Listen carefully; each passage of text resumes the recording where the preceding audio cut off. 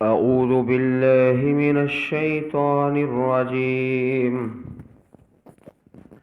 بسم اللہ الرحمن الرحیم. سورۃ الاعراف، پارہ نمبر 9. سورۃ الاعراف کا رکوع نمبر 13، آیت نمبر 103 سے اللہ کی توفیق سے تفسیر ہوگی. ثم بعثنا من بعدهم موسى بآياتنا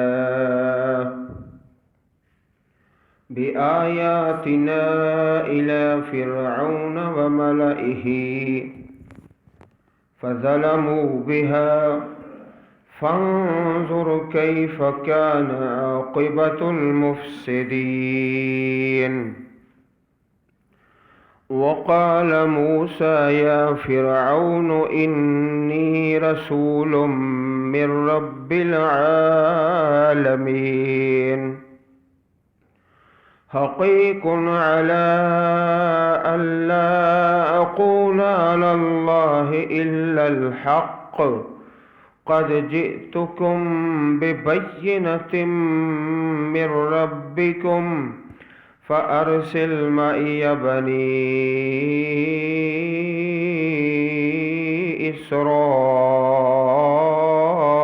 إسرائيل. قال إن كنت جئت بآية فأت بها إن كنت من الصادقين. فألقى عصاه فإذا هي ثعبان مبين ونزع يده فإذا هي بيضاء للناظرين. اللہ پاک نے پہلے اپنے 5 نبیوں کا تذکرہ فرمایا. یہاں پر حضرت موسیٰ علیہ السلام کا تذکرہ تفصیل کے ساتھ ہے، اور پھر اس سے بھی زیادہ تفصیلات سورۃ طٰہٰ 16واں پارہ ہے، سورۃ القصص 20واں پارہ. قرآن کریم میں سب سے زیادہ بیان جناب موسیٰ علیہ السلام کا ہے، لیکن آپ کے نام کی صورت کوئی نہیں. جس طرح حضرت ابراہیم کے نام کی صورت ہے، حضرت نوح کے نام کی، حضرت ہود کے نام کی، تو جناب موسیٰ علیہ السلام کے نام کی صورت کوئی نہیں. پھر ہم نے بھیجا من بعدہم موسیٰ، ان کے بعد جناب موسیٰ علیہ السلام کو بآیاتنا، اپنی آیتوں کے ساتھ، الی فرعون و ملئہ، فرعون کی طرف اور اس کے سرداروں کی طرف. فظلموا بہا، انہوں نے ظلم کیا، ان آیات پر، نشانیوں کا انکار کیا. فانظر کیف کان عاقبۃ المفسدین، پس تم دیکھو کس طرح انجام ہے فساد کرنے والوں کا. وقال موسیٰ یا فرعون انی رسول من رب العالمین، فرمایا جناب موسیٰ علیہ السلام نے، بے شک میں پروردگار عالم کا رسول ہوں. حقیق علی اللہ اقول علی اللہ الا الحق، حقیق میں قائم ہوں. حقیق کا ایک معنی ہوتا ہے قائم ہونا، اور دوسرا معنی واجب. مجھ پر واجب ہے، میں اس بات پر قائم ہوں، اللہ اقول علی اللہ الا الحق، نہ میں کہوں اللہ تعالیٰ پر سوائے حق کے۔ قد جئتکم ببینۃ من ربکم، تحقیق میں لایا نشانی تمہارے رب کی طرف سے، تمہارے پروردگار کی طرف سے۔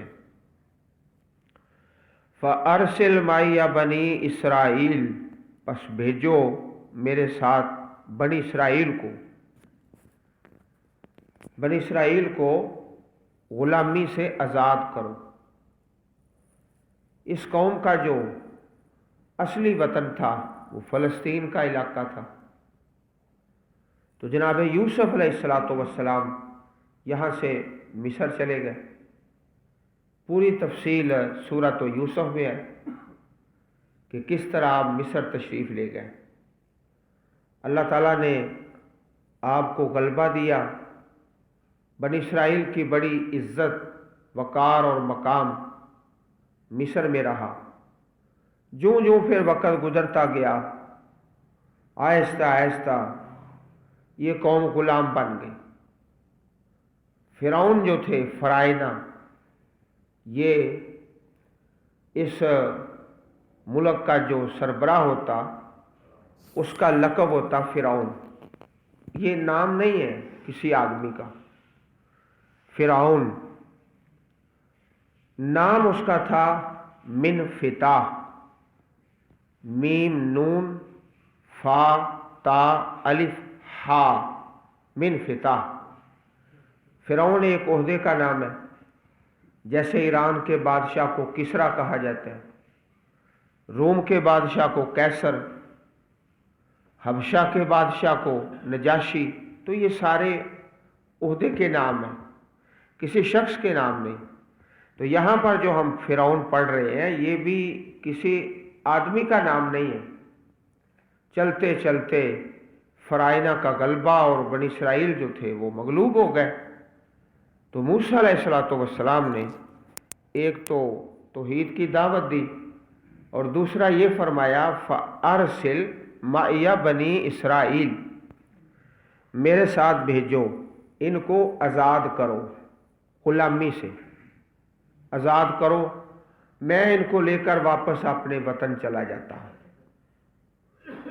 اب یہ سوال آپ ذہنوں میں رکھیں کہ سوال کیا کیا ہے آپ نے کہ ان کو آزاد کر دو، میں ان کو لے کر اپنے اصلی وطن چلا جاتا ہوں۔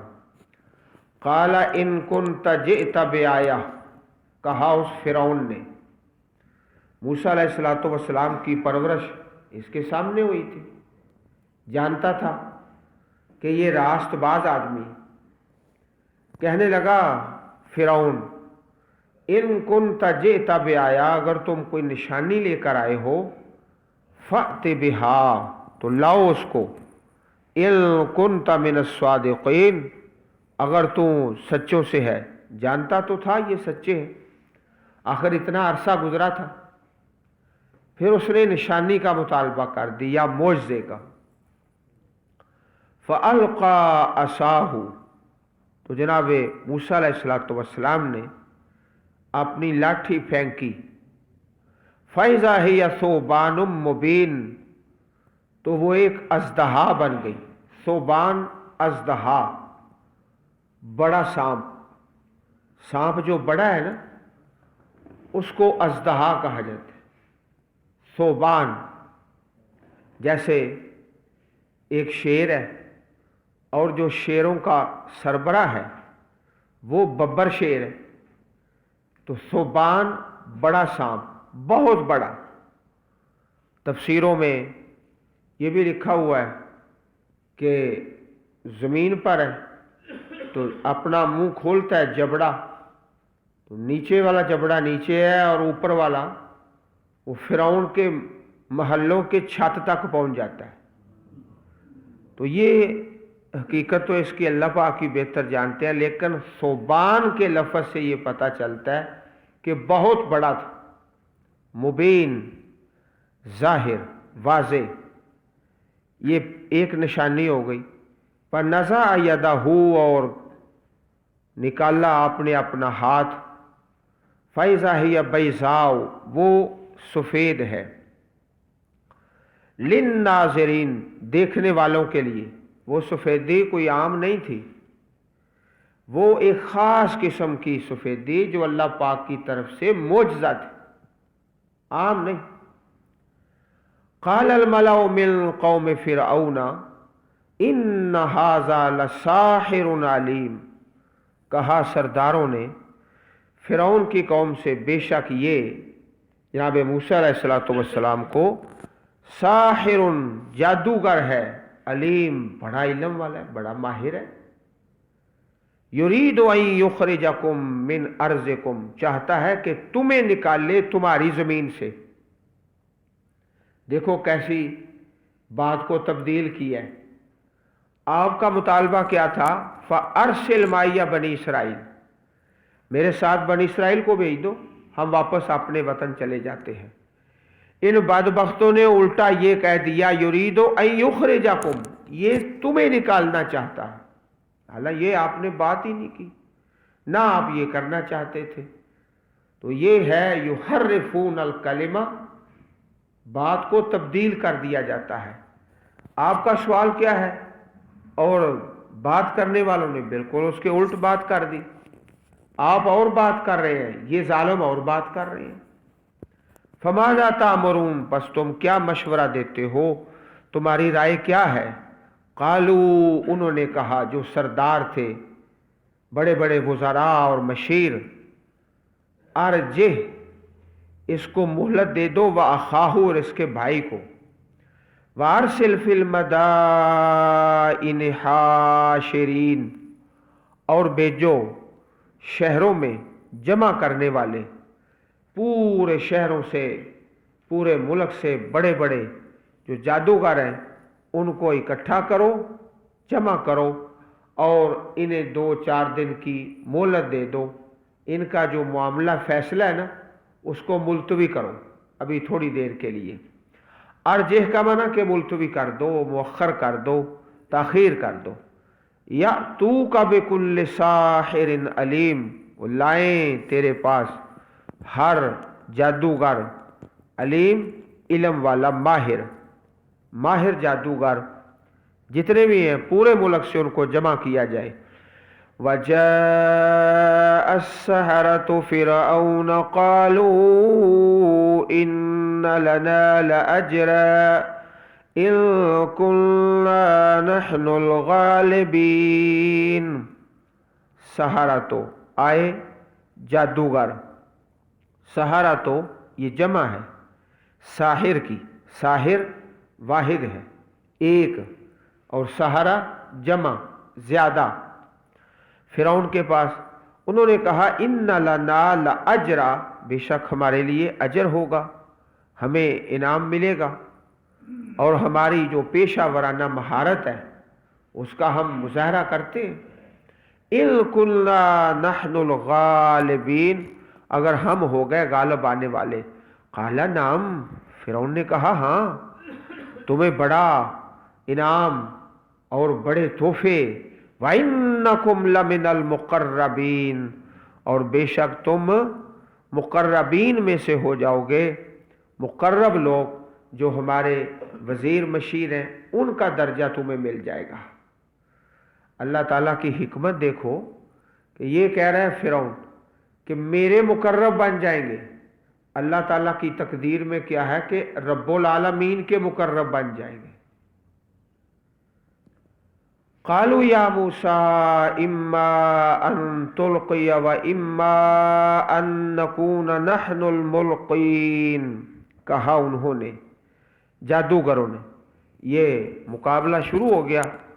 اب تفصیل جو ہے اس میں درمیان میں نہیں ہے، کتنے دن لگے، کتنے مہینے لگے، کچھ تفصیلات سورۃ طٰہٰ میں، کچھ سورۃ القصص میں، کچھ سورۃ الشعراء میں، کچھ سورۃ النمل میں، یہاں اختصار کے ساتھ اما ان تلقی و اما ان نکون نحن الملقین، یا تو ڈالے گا یا ہم ہوں گے ڈالنے والے۔ بتاؤ پہلے تم نے مظاہرہ کرنا ہے کہ ہم نے، جیسے کھیل میں ہوتا ہے نا کہ تم نے پہلے باری لینی ہے کہ ہم نے۔ قال القوا،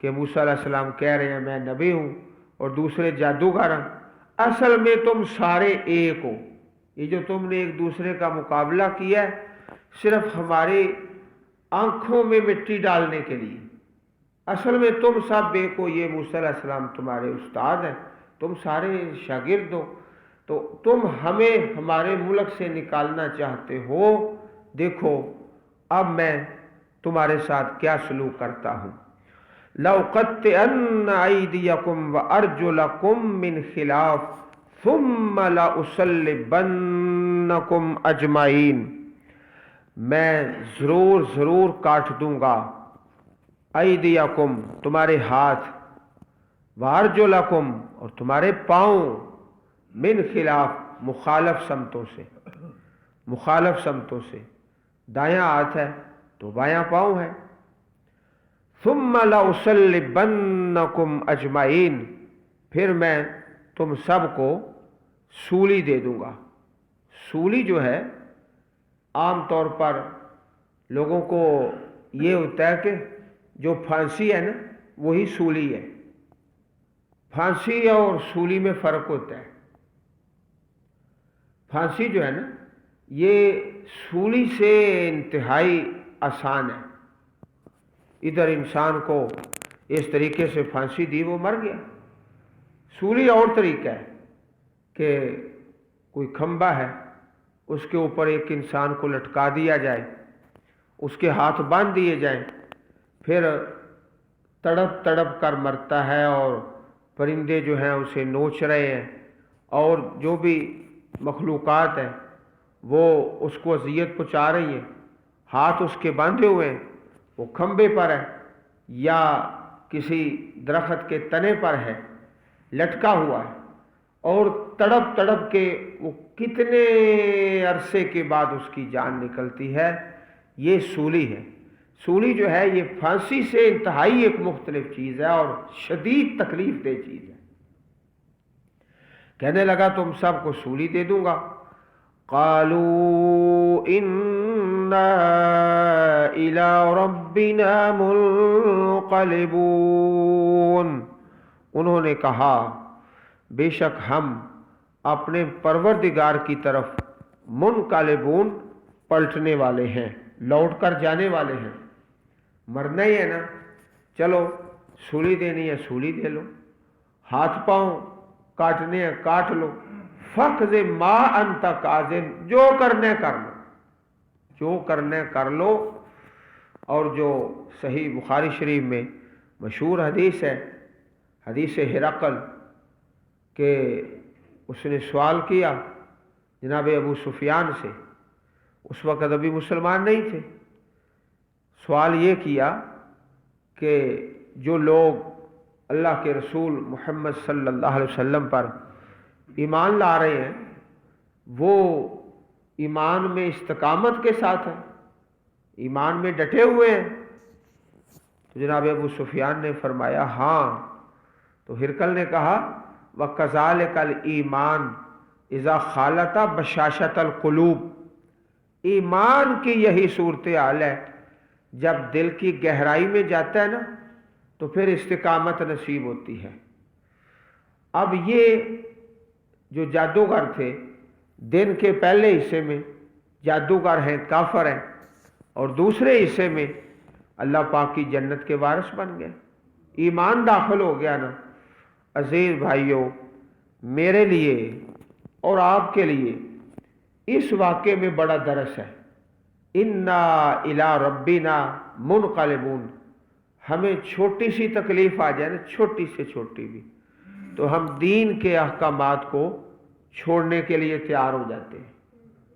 چھوٹی سی تکلیف بھی آ جائے، کوئی گرمی کی، کوئی سردی کی، کوئی بارش کی، کوئی تکلیف آ جائے، اگر ایک انسان بیمار ہے نا تو سب سے پہلا کام جو چھوڑے گا وہ مسجد کو چھوڑے گا، دکان اور کارخانہ اور زمین وہ بعد میں، سب سے جو پہلا اول نمبر فرسٹ پوزیشن، جی میں بیمار ہوں، بیماری میں سب سے جو پہلا کام چھوڑے گا وہ اللہ کے گھر کو۔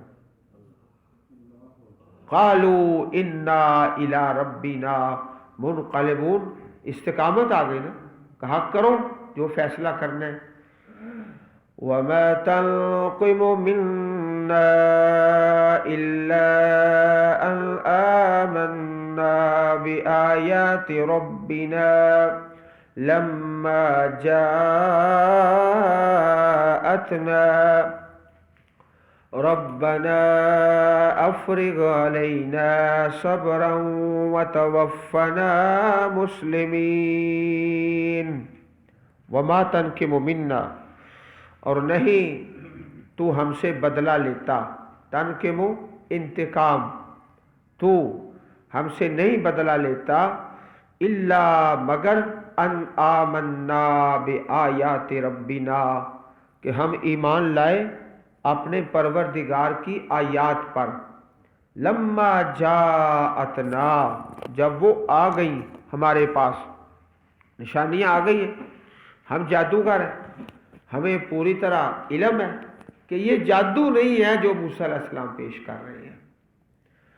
اب ان کی دعا ہے، بڑی خوبصورت دعا ہے، حفظ کر لیں، یاد کر لیں.